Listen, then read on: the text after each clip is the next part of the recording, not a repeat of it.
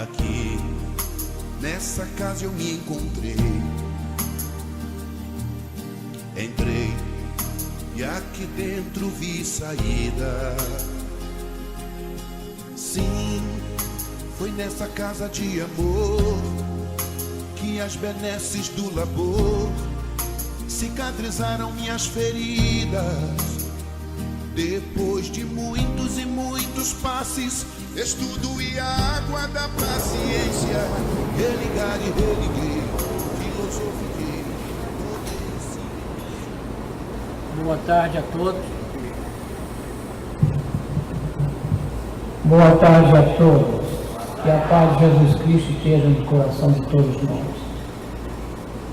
Depois de um dia maravilhoso como hoje, quando exercemos a nossa cidadania, nada melhor do que neste momento agradecer a Deus por essa grande oportunidade que Ele nos dá. E com isso, então, faremos a nossa prece inicial. São precisamente 16 horas, a hora do nosso compromisso. Deus, nosso Pai maior, nosso Pai celestial, nós te agradecemos, Senhor, a oportunidade de estarmos todos reunidos, procurando o aprendizado. Agradecemos a Jesus Cristo por esta oportunidade que Ele nos dá e agradecemos a espiritualidade amiga que sempre nos acompanha.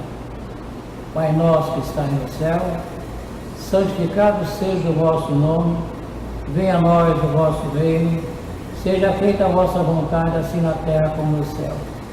O pão nosso de cada dia, Senhor, nos dai hoje e sempre. Perdoai as nossas ofensas, assim como nós perdoamos a quem nos tem ofendido. E não nos deixe, Senhor, cair em novas tentações, mas livrai-nos de todos os males. Graças a Deus. Então nós teremos hoje, com a nossa exorcista, a senhora Beta, e em seguida o nosso irmão Jacomelo, que falará, como ele nos prometeu na quarta-feira, sobre o tema Apocalipse e a transição planetária, o que entender desse conceito. Então, estamos com grande ansiedade por essa grande palestra.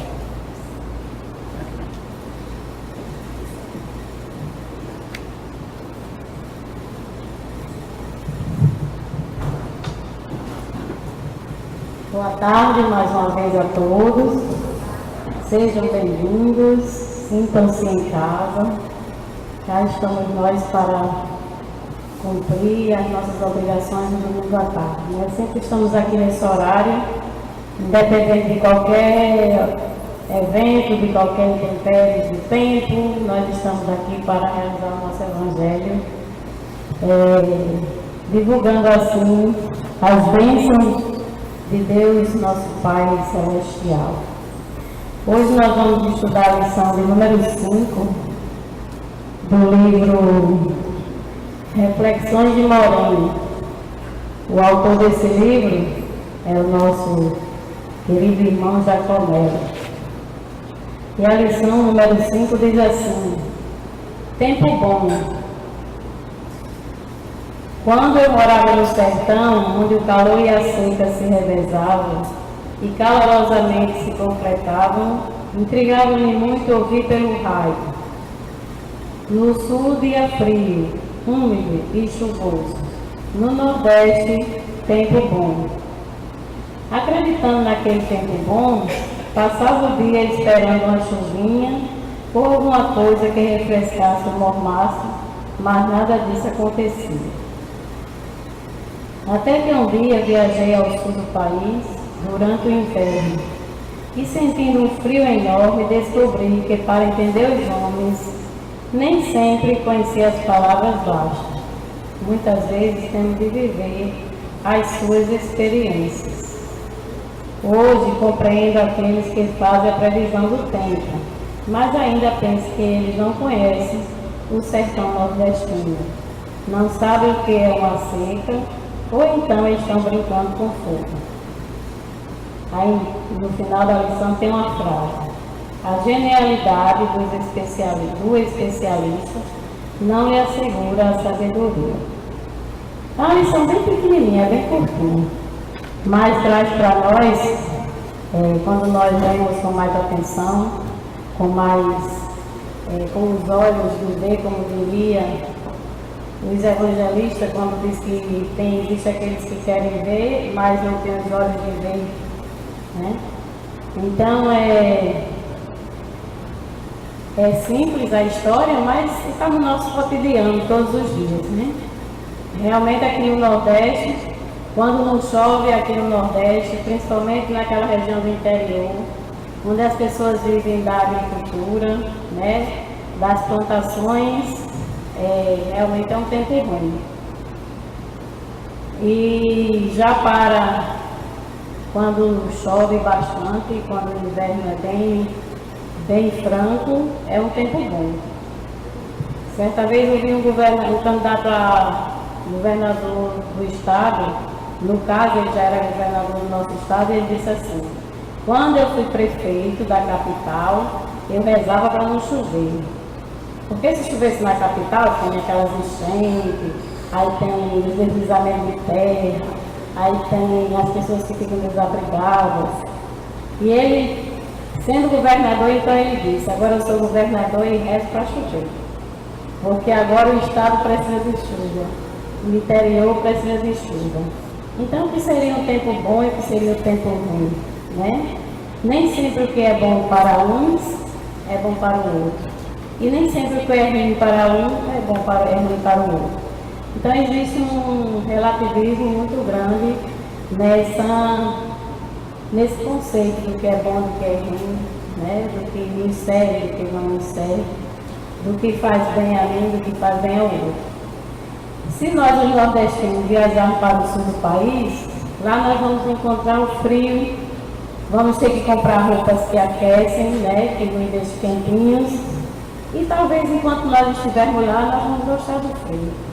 Eu mesmo já viajei para o Rio Grande do Sul, para Curitiba, e realmente gostei, mas só no tempo que eu estou lá. Né? A gente veste aquelas roupas mais aquecidas, mais elegantes, é bom. Enquanto nós estamos vivendo lá, é agradável. Mas quando nós chegamos aqui na nossa terra, mesmo sabendo que é uma terra quente, que o sol é gostoso, que o sol aquece, também nós gostamos, porque é a nossa terra. Da mesma maneira são as pessoas que moram lá, na região do sul, né? Quando chegam aqui, elas vestem uma roupa menos aquecida, se divertem mais, têm mais oportunidade de sair, porque o sol os convida às praias, e a ação é gostosa para eles também. Da mesma maneira, também se sentem bem quando voltam para suas terras.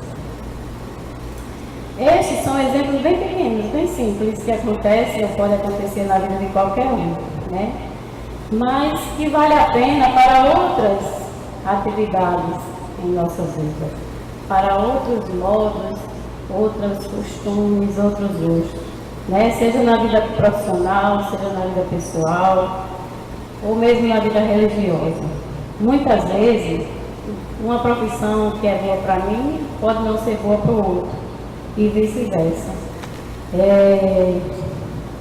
E na vida pessoal, cada um vive conforme lhe convém, né?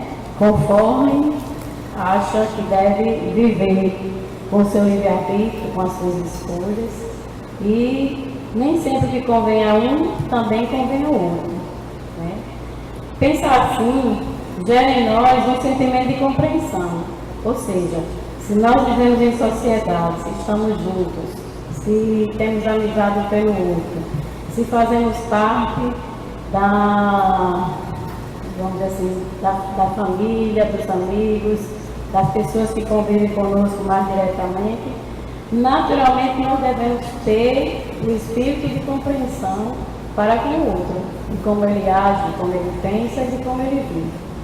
Sem que, para isso, tenhamos que mudar as opiniões de forma radical.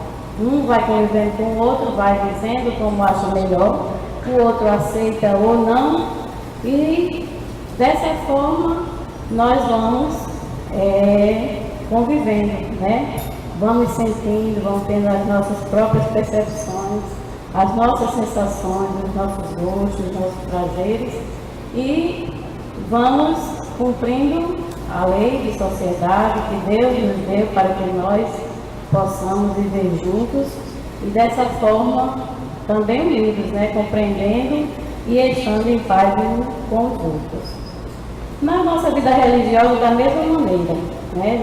Nós aqui que professamos a doutrina espírita, nem sempre nós conseguimos que os nossos familiares, os nossos amigos, as pessoas que convivem mais de perto conosco, tenham a mesma opção doutrinária, ou queiram ser espíritas, ou mesmo uma outra religião, porque diante de todos está Deus, o nosso Pai Celestial. E muitos se desviam por outros caminhos, dão outros passos, mas muito diferentes dos nossos pensamentos de amor, de fraternidade, de comunhão com os outros. Mas muitas vezes também não convém. Por quê? Porque não estão preparados. E lá no Evangelho, segundo o Espiritismo, no capítulo 7, tem por título Bem-aventurados os pobres de espírito, mas provavelmente no item 10, Allan Kardec nos diz assim: se os incrédulos se recusam a conhecer a verdade, é porque seu espírito ainda não está suficientemente maduro para compreendê-la, e nem seus corações para senti-la. O orgulho é o véu que lhes encobre a visão, ou seja, são ainda as percepções espirituais, o crescimento, o progresso, que ainda não está dando o passo certo, né? Diante do que nós também achamos que é certo.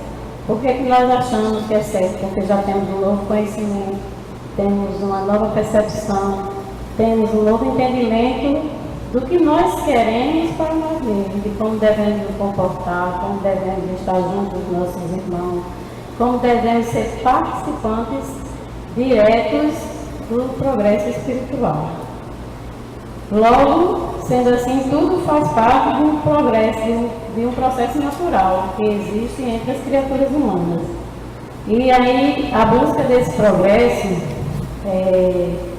certamente acontecerá, querendo ou não, no tempo certo ele virá para todos, né?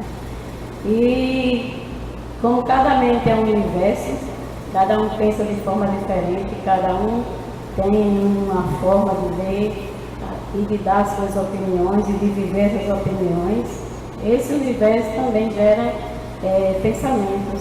Esses se espraem, né, à vontade, cada um diante da sua vontade, das suas escolhas, vai descobrindo realmente o que é bom e o que é ruim.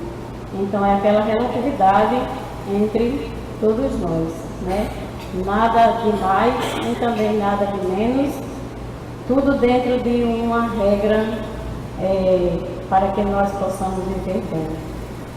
Em outros tempos, a gente observando assim, o que realmente é bom, o que realmente é ruim, em tempos mais antigos, uma pessoa para ser saudável, não sei se vocês já viveram pelo interior, conviveram com pessoas, certamente que sim, para que uma pessoa fosse saudável, ela tem que ser bem gordinha, bem fofinha. Hoje em dia não, hoje em dia mudou. Para que uma pessoa possa parecer saudável, ou seja saudável, ela tem que ser magrinha, tem que ter um peso equilibrado, né? E o banho de sol, por exemplo, era imprescindível para todos, inclusive para as crianças. Ao nascerem, a mamãe tinha que dar o banho de sol cedo ou no final da tarde. Hoje em dia, nem na manhã cedo nem no final da tarde, porque segundo os especialistas nas intempéries do tempo, né, os meteorologistas e outros estudiosos do assunto, o sol faz mal. E aí, as pessoas muitas vezes deixam de aproveitar um pouco desse recurso da natureza que nós temos para que o nosso corpo também tenha a vitamina D, por exemplo, e outras percepções gostosas que o sol nos traz, né? Em outros tempos também era difícil se ouvir falar que nós devíamos ter o costume de fazer o consumo de frutas, de alimentos como verduras, legumes. Era tudo muito gorduroso, era tudo muito franco. Hoje não, hoje já os médicos, né, também, os homens da ciência, vivem martelando para que a gente faça esse consumo de frutas, elimine as gorduras, né, elimine os alimentos que possuam muita massa, para que a gente tenha um corpo saudável. Também em outros tempos ninguém nem falava em fazer exercícios físicos. Todo mundo trabalhava no seu roçado, todo mundo tinha as suas atividades em outras tarefas. Ninguém nem falava em exercício físico. Hoje, quando a gente vai ao médico, a primeira pergunta que ele faz a gente: está fazendo exercício físico? Eu mesmo fui o mês passado ao cardiologista para saber como é que andava o coração, se estava tudo bem. Ele disse: e aí, está fazendo exercício físico? E eu respondi a ele assim: o senhor quer que eu responda? Porque ainda não tem essa prática de fazer exercício físico. E aí, tudo assim vai se modificando, vai se transformando, vai mudando. O que é bom para um, nem sempre é bom para o outro, como nos diz a lição inicial. E diante da vida religiosa, antigamente, todos os pais, as mães, geralmente ensinavam seus filhos a rezar, a orar. As famílias iam para as igrejas, viviam numa comunhão religiosa melhor. Hoje em dia não, hoje é mais diferente. Tem alguns que fazem de tudo na vida, menos rezar, menos elevar a Deus o pensamento, agradecer a Deus pelo dia, pela vida, pelas oportunidades que Deus nos concede para que nós sejamos felizes. Logo, tudo isso faz parte do nosso dia a dia, da nossa vida. De atividades bem simples, que nos ajudam a viver em paz e também transformar, modificar, exemplificar o que nós somos para que o outro também tenha uma vida mais digna, uma vida melhor. Se é assim, isso quer dizer que nós estamos progredindo, fazemos parte, somos cooperadores diretos do progresso espiritual, do progresso material de cada um de nós. Se nós fazemos parte do progresso, isso quer dizer que tudo na nossa vida também muda. Nada vamos dizer assim, eterno. A nossa vida vai acontecendo e algum dia, de repente, algo muda. Algo dá um passo à frente. Porque a vida é movimento, a vida é transformação, a vida é renovação.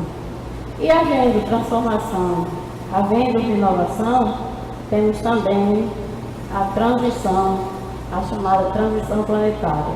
Mas quem vai falar sobre isso é Jacó Melo. Muito boa tarde para vocês.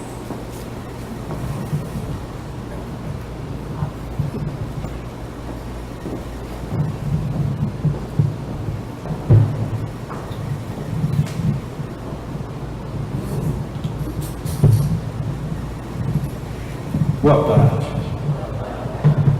Estejamos em paz, procurando viver as bênçãos que Deus nos dá com grandiosidade. Há uma tirinha dessas que muitas vezes a gente chama de historinha, de humor, mas que ela retrata uma situação bem grave.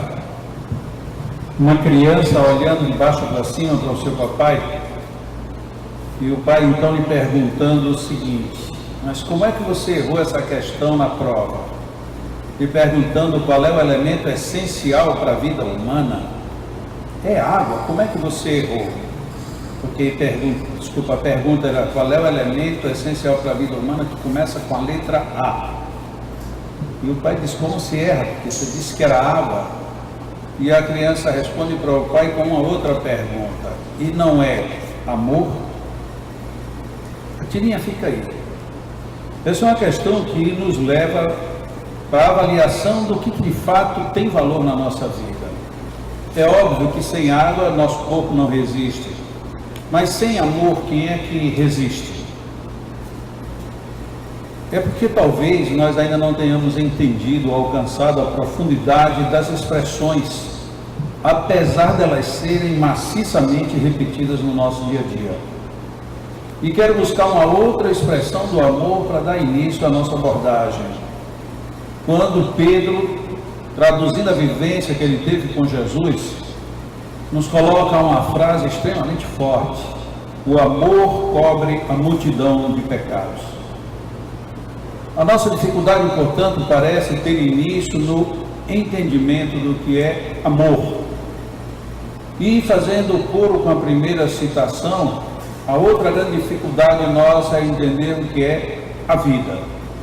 A vida e o amor, que parece que todos nós vivemos e sentimos, de repente entra num campo de abstração muito forte, de maneira que quando a gente para pensar o que é a vida, a gente fica meio sem entender o que é isso, apesar de nós estarmos inseridos nela. E o que é o amor? Eu sei o que é o amor. E quando começamos a definir o amor, nós simplesmente somos traídos por nós mesmos, porque começamos a criar subdivisões dentro de um sentimento que parece que nos escapa, por mais que nós queiramos tê-lo em nossas mãos. Um dia uma amiga tinha recebido de uma organização de ajuda humanitária às pessoas pobres da África, e dentro daquele material que ela recebeu tinha uma foto de um menino negro vivendo num lugar bem imundo. Entretanto, o fotógrafo conseguiu capturar um belíssimo sorriso da criança. E essa minha amiga mostrando então para uma pessoa aquela foto, a pessoa diz assim: mas coitada dessa criança vivendo nesta miséria. E a pessoa então disse: olha que coisa, pois eu vi exatamente o contrário.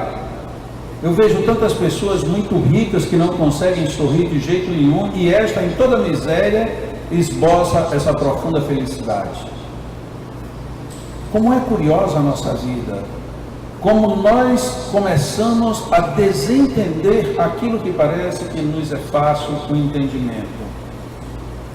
No meio espírita, de tempos em tempos, assim como o oceano, vive em meio de ondas.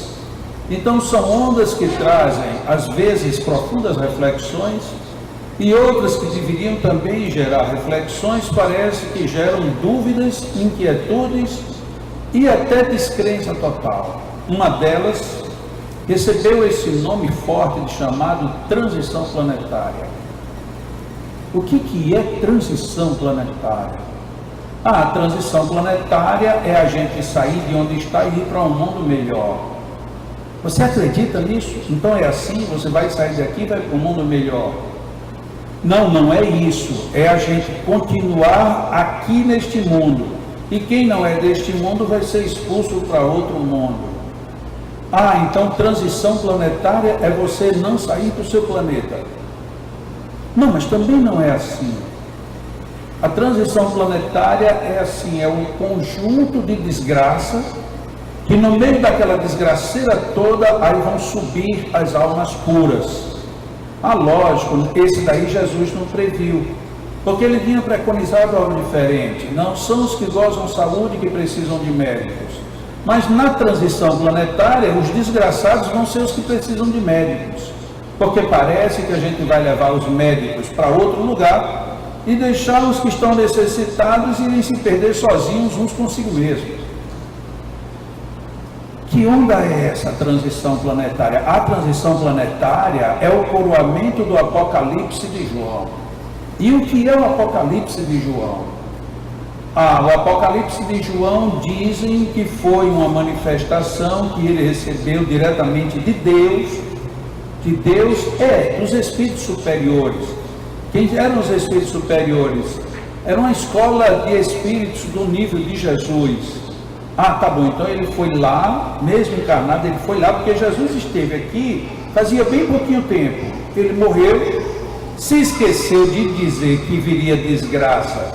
E o que é engraçado? Não para o mundo inteiro, só para 7 tribos, para 7 igrejas. essa desgraça viria. Então, depois que ele morre, ele deve ter chegado do outro lado e com sua cabeça disse: ai meu Deus, eu esqueci de avisar a desgraceira que vem vindo por aí. E agora o que é que eu faço? Encontra-se com João, que estava na ilha de Pátamo, vai e diz para João um mundaréu de desgraça que vinha vindo. Mas vem quando? Ah, vem lá, vem logo. Inclusive já se prenuncia tudo isso. Bom, o que é logo? Logo é já, agora. Logo é na minha encarnação. Logo é no período de 1 ano, 10 anos, 1000 anos, 20 mil anos. O que é logo? Porque dentro de um conceito aberto, como são os conceitos que estão no Evangelho, o logo, o imediato, pode ser daqui a milênios. Como é que a gente fica olhando aquele Apocalipse de João? Ele dá tons os mais densos possíveis. O cheiro do ambiente vai ficar de enxofre. A cor é escura.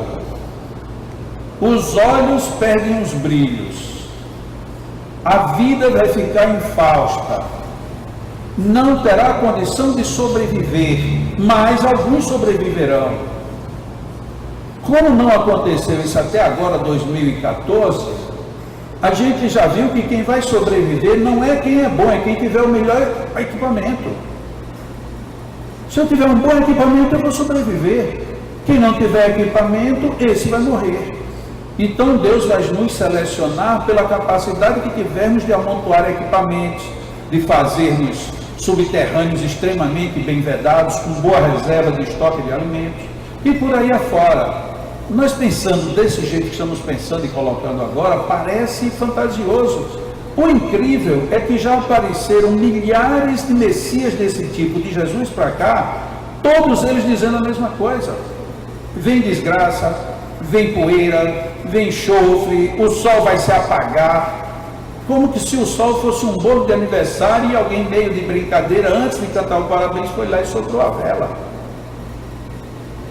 Allan Kardec, no início do Livro dos Espíritos, na introdução do Livro dos Espíritos, ele diz, lógico que ele não diz essa expressão, mas é uma brincadeira querer que o universo seja fruto do acaso. Por que não pode? Porque o acaso é cego. E o cego não tem condições de compor tanta inteligência como é o funcionamento do universo. Se você quer chamar o Criador disso de acaso, então dê acaso às piadas. Porque, na verdade, não pode ser o coisa nenhuma que fez tudo isso. Tem uma grande inteligência por trás. A gente começa a pensar e chega na grande inteligência, mas quando a gente chega lá, a gente se destrona outra vez. Bom, mas essa grande inteligência está dizendo que daqui a pouco vai vir uma desgraça enorme e vai acabar com tudo. Mas então, para que ele fez a gente chegar até onde chegou? Allan Kardec discute isso em O Evangelho segundo o Espiritismo. Quando ele coloca, se nós progredimos e quando estamos chegando no ponto melhor do progresso, ele separa os bons e deixa só os maus, mas qual foi a vantagem do mecanismo pedagógico de Deus? A gente vai tirar aqueles que podem ensinar para irem para o bem, e aqueles que estavam querendo ou não, mas que ainda não aprenderam, estes cuidem-se de si mesmos. Parece que essa lógica não é uma lógica muito centrada naquilo que a própria essência do nosso raciocínio pode ensejar. Eu não entendo doutrina espírita sem lógica. Não consigo. Sumariamente eu não consigo. Eu posso até no futuro dizer, em 2014, porque me faltavam outros elementos de análise, eu não concordava com isso. Mas querer sem nenhum elemento bom condenar a lógica de Deus, para mim isso não me faz nenhum sentido. Estive olhando com muito cuidado a questão tocante às tsunamis que aconteceram no nosso planeta e que foram registradas. Os 10 maiores tsunamis que aconteceram, o maior de todos aconteceu em 2004. No final, depois de passados todos esses anos, 10 anos depois, hoje já se tem uma contabilidade do total de pessoas que desencarnaram de forma direta por conta daquela tsunami. 280 mil pessoas. É um absurdo. 280 mil pessoas. 1/4 da população de Natal. Mas espera aí. Se eu sei que todo ano a Organização Mundial de Saúde me diz que todo ano morre 1 milhão de pessoas por suicídio, então tem um fenômeno muito mais violento do que a maior tsunami que já aconteceu na nossa civilização. Mas eu não fiquei na análise do número só 280 mil. Eu disse, bom, se essa foi grande, deve ter acontecido maiores. Para minha surpresa, não. A maior tsunami que se tem registro foi essa. A primeira tsunami que por algum motivo os historiadores conseguiram detectar como tal, aconteceu 1.300 anos antes de Cristo. Quer dizer, foi longe demais. Nesta, morreram 100 mil pessoas, estima-se. Proporcionalmente, morreu muito mais gente do que na de 2004. Das 10 maiores, considerando depois do Cristo para cá, a essas que se tem dados catalogados, registros, das 10 maiores, olha que coisa irônica. Só dois tsunamis aconteceram na geração nossa, dos que estamos encarnados. Só 2. Essa de 2004 e uma de 2010. 2. As outras, todas, 1.700, 1.600, 1.500. Então, a desgraça mesmo da transição associada a tsunami já vem lá de trás. Já vem antes de Jesus, se eu considerar a maior de todas, proporcionalmente acontecido muito antes da vinda de Jesus à Terra. Mas por que aquilo não valeu? Aí de repente, na doutrina espírita, ou no movimento espírita, ou na ótica de alguns espíritas, surgiu como uma verdadeira bomba a transição planetária em cima da tsunami de 2004. Depois de 2004, quando aconteceu todo aquele rebuliço, em 2010 sai um livro chamado Transição Planetária. E aí eu fico espantado com algumas informações, tipo, morreram, hoje sabemos, 280 mil pessoas. A colônia espiritual que veio trazer a informação da transição planetária, coloca no seu livro, de próprio punho, dizendo que aquela colônia designou 200 de trabalhadores especializados para socorrer os que estavam desencarnando na tsunami. E aí eu fico preocupado com a situação dessa. Você vem me trazer uma informação de lá para cá, desastrosa como essa, de que o mundo está se acabando porque aconteceu um tsunami. Isso, no fundo, por mais violento que seja 280 mil pessoas morrendo num único evento, eu considero ainda que 1 milhão morrendo, se matando todo ano, muito pior, muito mais grave. Mas mesmo considerando aquele fenômeno isolado, você destacar 200 pessoas ou 200 espíritos para atenderem 280 mil, tem alguma coisa desequilibrada. Mas a gente parece que não quer ver isso, a gente entra no pânico. O mundo vai acabar.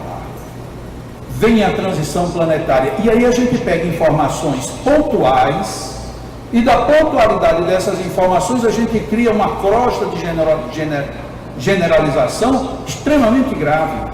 Porque agora todo mundo que for mal vai ser degradado da Terra, não tem mais condições de voltar à Terra. Agora só vão reencarnar espíritos elevados e bons e puros para poder sanear e tal e tal. Eu digo, peraí, está tudo fora do lugar. Primeiro de tudo, eu estou vendo nascer tanta gente equivocada nesse planeta. Está vendo tanta gente ainda com índoles terrivelmente mal colocadas. Não precisa ir longe, basta pegar um jornal aí de Um mês, pega a imprensa de um mês para cá e vê quantos jovens eles fizeram absurdos, que antes era absurdo dos absurdos, e hoje eles fazem com a maior naturalidade do mundo. Será que a gente está ficando mais condescendente ou será que não estão vindo ainda espíritos bem inferiores? Segunda hipótese, vão ser degradados aqueles que estão definitivamente fora do contexto. Bom, quem está fora do contexto, está fora do contexto, não tem que degradar coisa nenhuma. Você está numa escola, você fez uma classe, não passou, tirou nota perdida em tudo. O professor lhe botou para fora? Não. O professor lhe transferiu para outra classe? Não. O que foi que aconteceu? Você foi para outra turma, porque você não acompanhou esta. Não é uma questão de expulsão, mas parece que a gente gosta é da tinta negra mesmo. Você vai ser expulso, vai ser degradado, você vai para os quintos lá da onde? Parece que é mórbido o nosso desejo, porque Deus não gosta de gente desse jeito. Aí a gente cria um mundo de degredo. Aí depois vem a terceira situação, que para mim é a mais complicada nesse processo todo. Se Deus realmente quer degradar alguém, se Deus não quer que ninguém mal volte para a terra, por que é que ele deixa vir para depois a terra explodir, para depois esse pessoal ir embora? Qual é o sentido? Não há sentido. Infelizmente nós começamos a nos perder, até mesmo quando a gente perde a base. Eu vou falar como espírita, porque eu não tenho a outra literatura que não seja espírita, mas a nossa base é a base espírita, e que quer queiram, quer não queiram, quer gostem ou não gostem, a base espírita é Allan Kardec. Allan Kardec, olha que coisa interessante. Livro A Gênese, capítulo 9, item 14. Está, porém, ainda em pleno trabalho de gestação o progresso moral da humanidade. Peraí, isso foi escrito há 150 anos para falar em números redondos. O processo de progresso moral da humanidade está em processo de gestação. Nossa, se vamos expulsar agora todo mundo do planeta porque ainda não tem moral, então a gente está expulsando pessoas que nem nasceram, para usar a metáfora aqui colocada. Mas isso está onde? Isso está dizendo é Allan Kardec. E eu vou deixar bem claro, até porque está filmado, amanhã eu creio, ou no máximo até quarta-feira, essa palestra vai estar no site tanto do Leandro como no meu. Gênese de Allan Kardec, capítulo 9, item 14. Até que a humanidade se haja avantajado suficientemente em perfeição, vírgula, pela inteligência e pela observância das leis divinas, vírgula, as maiores perturbações ainda serão causadas pelos homens, mais do que pela natureza, isto é, serão antes morais e sociais do que físicas. Meu Deus, espera aí, então esse livro é um livro privado, fechado, escondido, que ninguém pode ler? Ou é a mesma Gênese que está à disposição de quem queira consultar? Como é que nós espíritas, de repente, caímos na onda de uma transição do pavor? Porque não é uma transição de uma redenção. A gente fica apavorado, meu Deus, se eu não fizer agora, Deus vai me castigar. Ah, quer dizer que você só vai ser bom porque ou você é bom ou você vai ser apanhado. Mas será que alguém que é bom só é bom porque está sob pressão? Será que o bom ele não é bom com ou sem pressão? Nós estamos ainda numa fase gestacional do processo. No item 51 do mesmo capítulo 9 de A Gênese, Allan Kardec lembra Marcos, no capítulo 13, versículo 32, quanto a esse dia e a essa hora, o dia e a hora do fim do mundo, para usar o texto bíblico, ninguém o sabe, nem os anjos que estão no céu, nem o Filho, mas somente o Pai. Se esqueceram de avisar isso para alguns espíritas. Lógico que tem muitos profetas aí que nem religião tem, mas eu não tenho nenhuma autoridade para falar para quem não é espírita. Mas por que é que a gente está se preocupando tanto com o Apocalipse? Não, porque o Apocalipse foi para as 7 igrejas, mas no fundo era para os 7 continentes, era para os 7 tipos de humanidade. Era ok, então o 7 agora é o grande símbolo. E o que diz o Apocalipse na essência? A essência do Apocalipse, quem já leu? A essência em palavras super rápidas: melhore-se, do contrário, você sofrerá. Mas isso nunca foi novidade. Todo mundo que é mau professor, mau médico, mau filho, mau aluno, mau ser humano, o mal, ele vai sofrer, por mais que ele passe por um período que ele pense seja de isenção de sofrimentos. Isso aqui é o supra-sumo do Apocalipse. O resto são figuras de linguagem, são retóricas. Há 2000 anos era difícil você dizer tão claramente isso.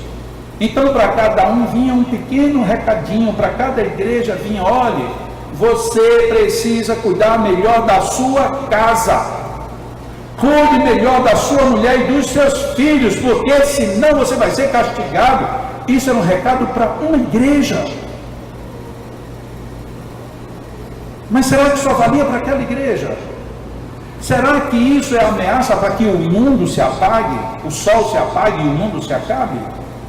Óbvio que não era bem por aí. Quando acontecerão essas coisas? Volta Allan Kardec agora no item 57 do capítulo 9 de A Gênesis. Ninguém o sabe, disse Jesus, nem mesmo o Filho. Mas quando chegar o momento, os homens serão advertidos por meio de sinais precursores. O que é que a gente faz? Tem um ponto final aqui, mas não do texto. É um ponto final da frase, um ponto final linguístico. Mas aí a gente para aí e não lê o resto. Os sinais precursores já começam a acontecer. Tsunamis. Dos 10 maiores tsunamis, 6. Não fui eu que cataloguei. 6 dos 10 aconteceram no Japão. Os 6 dos 10 maiores tsunamis, 6 aconteceram no Japão. Se a gente quisesse ser tão absolutista como queremos ser, era para dizer que o Japão já era para ter desaparecido. Era para todo japonês já ter ido ou para o céu ou para outro mundo, e a água cobria o Japão e não tinha mais terra, não tinha mais coisa nenhuma ali. Apesar dos 6 maiores tsunamis, não os 6 maiores, mas dentre os 10 maiores, 6 terem atacado violentamente o Japão, isso sem falar em terremotos que tem no Japão, em vulcão, em todo tipo de desgraça, até bomba atômica cai no Japão, e o Japão continua. Aí acontece uma tsunami em 2004, num lugar lá perto também, e nós aqui começamos, vem uma tsunami, e aí será o final dos tempos. Eu acho que Deus não é tão bobo a esse ponto. Não precisaria de tsunami nenhuma, não precisaria de nada. Há muito tempo, lá na Espanha, aconteceu uma febre que se espalhou pela Europa, que foi um dos fenômenos de maior índice de mortandade que esse nosso planeta já viu. Era só Jesus ter aproveitado o embalo: não, espalha mais um pouquinho, mata mais gente e a gente já muda a população da Terra. Não é por aí, porque se fosse por fenômenos físicos, Deus teria perdido totalmente o peso do tratamento, da maneira de tratar a terra. Esses indícios, porém, continuando o texto do item 57 de A Gênesis, capítulo 9, esses indícios ou esses sinais precursores não estarão nem no sol, nem nas estrelas, mostrar-se-ão no estado, escutemos bem essa palavra, mostrar-se-ão no estado social e nos fenômenos mais de ordem moral do que físicos, e que, em parte, se podem deduzir das suas alusões. Mas eu não acredito, honestamente, eu não acredito que os espíritos que estão trazendo mensagens de transição planetária desconheçam isso. Por que eu não acredito? Porque o livro a que eu estou fazendo referência, a abertura dele é a transcrição de um texto de A Gênese de Allan Kardec. Meu Deus, então o que é transição planetária? Transição planetária é a transformação que pode, deve e vai acontecer em cada um de nós, em qualquer tempo, em qualquer lugar, desde que a gente assim se projete para isso. Eu ia fazer uma atitude ruim, não vou fazer mais. Por que você não vai fazer mais? Porque eu acho que isso não dá certo. E por que você acha que não dá certo? Ah, porque eu já fiz e vi que as pessoas sofreram muito. Segundo a estatística de Nosso Senhor Jesus Cristo, haverá maior festa no reino dos céus quando um delinquente se arrepender do que quando 10 justos nada fizerem a mais. A comemoração superior é para melhoria, seja de quem for, e não pela destruição de terras, de água, de mar e de sol, do que quer que seja. E se Jacó, nesse momento, cair um asteroide aqui e acabar Parnamirim, Natal, o estado do Nordeste todo, o que acontece? Infelizmente, estávamos no meio do caminho. Mas o resto do mundo vai continuar. Mas se como naquele filme lá do fim do mundo 2012, sei lá, eu não sei nem como é que os caras conseguem fazer uma filmagem daquela, é impressionante. A gente assiste aquilo e diz, meu Deus, se acontecer isso, o que vai acontecer comigo? Nada.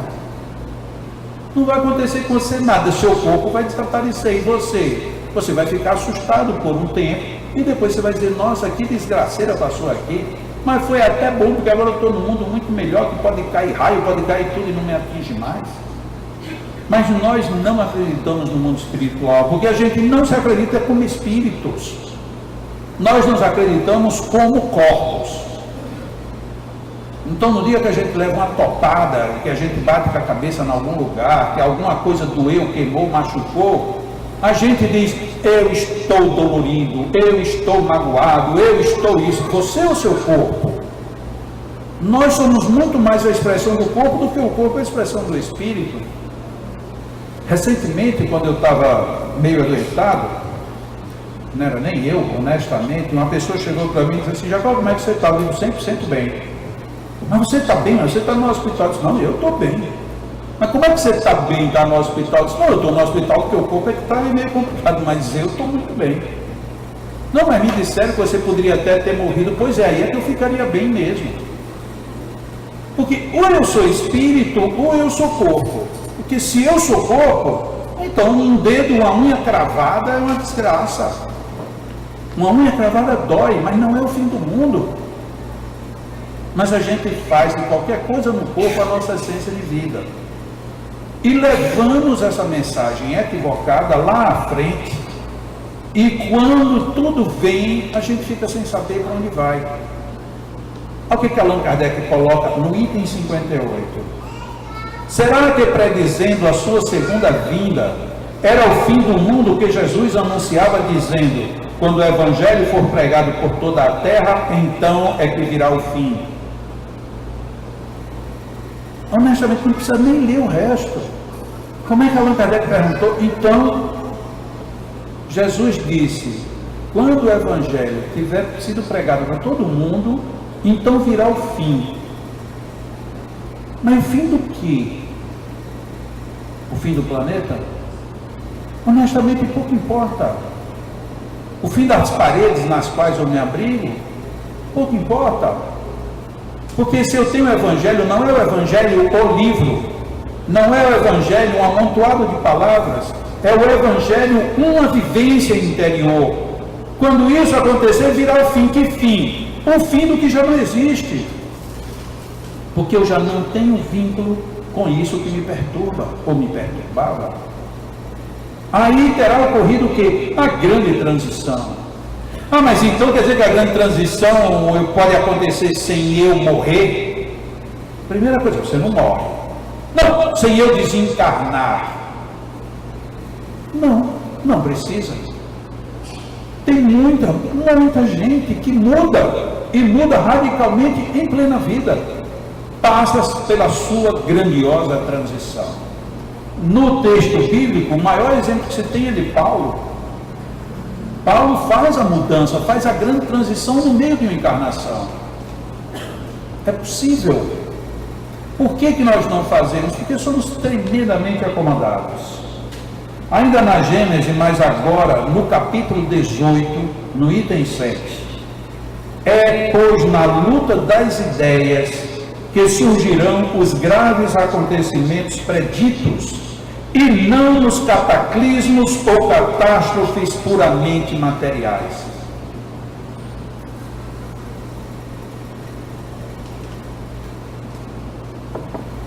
Parece que eu ouvi alguém pensando assim, mas Jacó exagerou. Eu digo, realmente, eu acho que eu estou exagerando. Eu acho que eu estou exagerando porque eu não sei. Eu poderia estar fazendo todo esse comentário em cima do texto do Livro dos Espíritos e não de A Gênese. Mas como a Gênese abordou especificamente esse ponto, num item chamando de fim do mundo e no outro chamando de nova era, eu não quis não tratar em cima do texto da Gênese. Porque é muito forte nós pensarmos que Deus deixou de ser Deus. Deus está com raiva da gente. Por que ele está com raiva da gente? Porque em vez de a gente beber água, a gente está bebendo Coca-Cola. Aí ele está nervoso porque não tem Coca-Cola lá em cima para ele. Só pode ser. Deus está com raiva porque em vez de a gente comer alface sem nada, com abobrinha e com sei lá mais do que, gerimum, orégano, em vez de a gente estar comendo isso, a gente sai e vai comer um sanduíche com batata frita e um milkshake. Aí Deus vai matar todo mundo porque essa geração está perdida. Por mais que se pareça brincadeira, o que eu estou dizendo, nós estamos sendo condenados porque estamos vivendo como as pessoas da nossa época vivem. O que acontece se eu comer muita batata frita, muito sanduíche, muita fritura, muita porcaria? Vou adoecer. Porque Deus ficou com raiva? Não! Porque a minha natureza não suporta isso. Eu não tenho um processo genético suficientemente adaptado para viver dentro desse novo universo. Esse é o problema. Mas quem é que quer dizer isso? Não, olha, esses sanduíches, vocês podem olhar que lá dentro tem um código do capeta, e você está sendo encafifado com isso, e é por isso que você é mau. Mas como é que eu sou mau se eu faço o bem? Você pensa que faz o bem, você é tão orgulhoso que faz o bem só para dizer que faz o bem. Ah, então eu vou fazer o mal, tá vendo? Você não resiste, nem o argumento já vai para o mal. Não, eu estou dizendo isso só para ver o que você vai dizer. É aquela velha situação de que hoje a gente não pode mais nada. Você não pode falar olhando para as pessoas, porque se você olhar, por que você está olhando? Se você falar e não olhar, por que você não olha para mim? Por que você está escondendo? Aí você diz, eu olho ou não olho? Aí você já fica com medo. Bom, mas eu vou olhar. Mas você vai olhar como? Olhar e piscar muitos olhos. Mas você está piscando o olho para mim por quê? E se a gente for levar esse diálogo, isso vai dar um stand-up. A gente vai fazer um stand-up de 1 hora só no porquê que você deve olhar ou não olhar para o outro. A gente vai morrer de rir, mas não vai entender o que está acontecendo conosco, com nós seres humanos. No final, isso é coisa do obsessor, é coisa de outra encarnação, é débito do passado, é castigo. Aí daqui a pouco a gente está lá na lei de Italião, de Moisés, e está toda a desgraça restabelecida. Quando a pergunta primordial da tirinha que eu falei é: qual é o elemento essencial para o ser humano, começado com a letra A? Como é que você errou essa resposta? A resposta certa é água. Não seria amor? Eu errei porque eu dei a resposta certa. Porque para mim o essencial é o amor. Porque é irônico, eu com amor, eu descubro a água. Para mim e para todo mundo, como Jesus fez. Jesus foi buscar a água no poço, passando no poço, no poço de Samaria, um povo ao qual o seu povo não podia dirigir a palavra, e muito menos um samaritano não podia dirigir a palavra a um judeu. E Jesus chega para a mulher e diz: dá-me um pouco da tua água. Ela diz: mas como? Tu és um judeu e se dirige a mim? Ele disse: eu quero um pouco da tua água, porque se tu me deres da tua água, eu vou te dar uma água que nunca mais terás sede. E naquele momento ela o quê? Fez a sua transição planetária. Senhor, dá-me da tua água. Ali estava estabelecida uma transição planetária, sem que tivesse caído um único pó de poeira da borda do poço. Quanto mais destruir a natureza, porque a transformação ela não vem por cataclismos, não vem necessariamente por catástrofes, ainda que estes nos convidem à reflexão, à depuração, a um aprendizado maior. Mas por que eu vou escrever? Eu venho como espírito, eu venho como médium, como espírita, dizer que o tsunami que aconteceu, que morreu 280 mil, que na época que o livro foi escrito era 220 mil. Isso daí é sinal de que o mundo está se acabando e que começou a separação do joio do trigo? Não, não é por aí. Não é por aí, não porque eu não queira, não porque eu não gosto, não porque a minha razão fica ferida, simplesmente porque se eu aceitar isso, eu destrono Deus, Deus deixa de existir. Qual é a lógica de Deus mandar um cataclismo desse lá para aquela região da Indonésia? Para depois dizer que para todos nós que estamos aqui, que não sofremos absolutamente nada de forma direta do fenômeno, nós estejamos atentos para a transformação que virá. Não sobrará pedra sobre pedra. Isso parece discurso dos romanos, dos Neros da vida. Não é um discurso divino. Nós, como espíritas, deveríamos repensar. E eu peço com toda honestidade, apaguem tudo o que seja palavra minha de Jacó, tudo.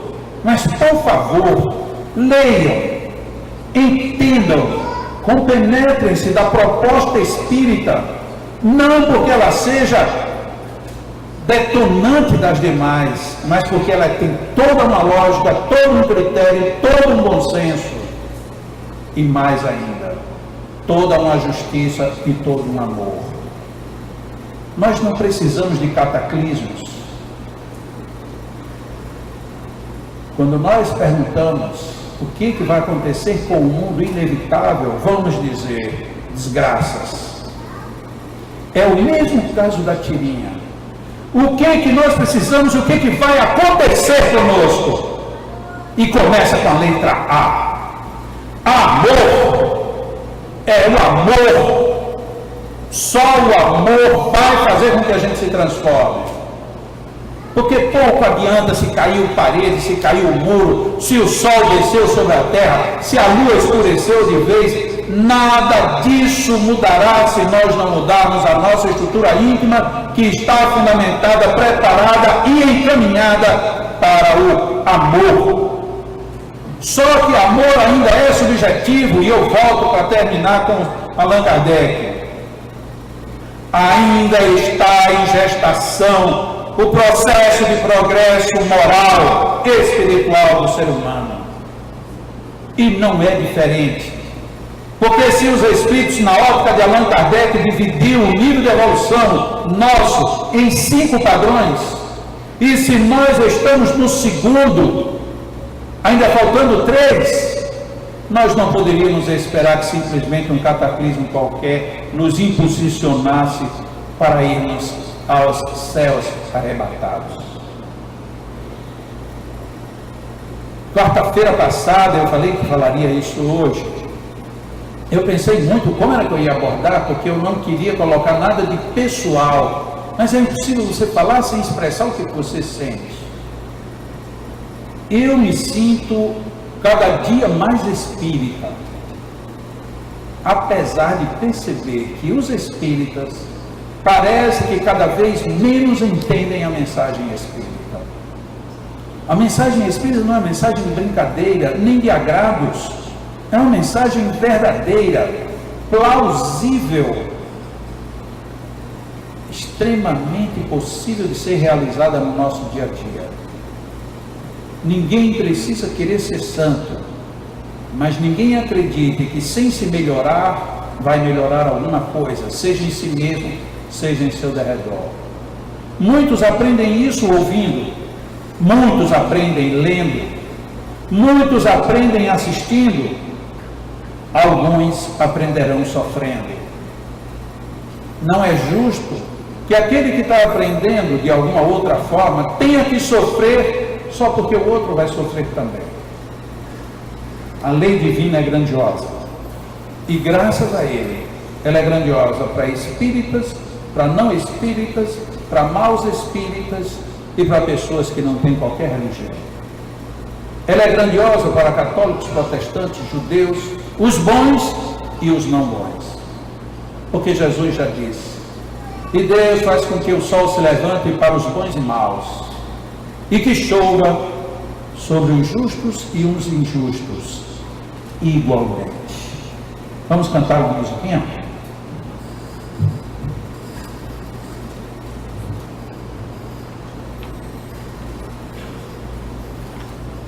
Desculpem se eu avancei um pouquinho na hora, mas é porque o tema é empolgante e tem muito mais coisas que a gente poderia ver, mas hoje fico devendo.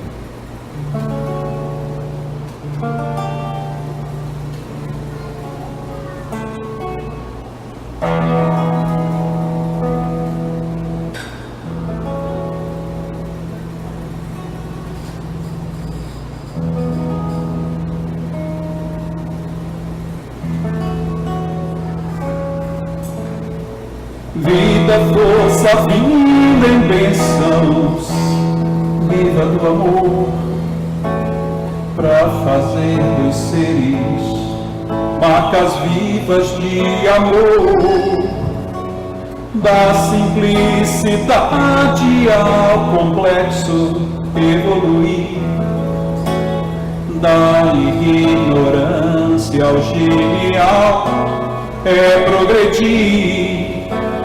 Átomo que um dia será anjo, arcanjo, enfim. Vimos a matéria intelectualizá-la assim. Somos importantes, somos filhos do Senhor. Deus habita em nós, somos o amor do Criador. Seres imortais, somos seres imortais, seres imortais, somos seres imortais, seres imortais, somos seres imortais, seres imortais, somos seres imortais.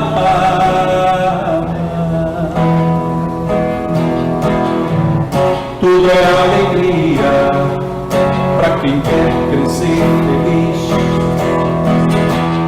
Tudo ilumina quando o amor é geratriz. Tudo nos ensina que a vida é muito mais que uma simples vida. Não morremos mais, porque somos seres imortais, somos seres imortais, seres imortais, somos seres imortais. Vocês são? Somos seres imortais, seres imortais, somos seres imortais.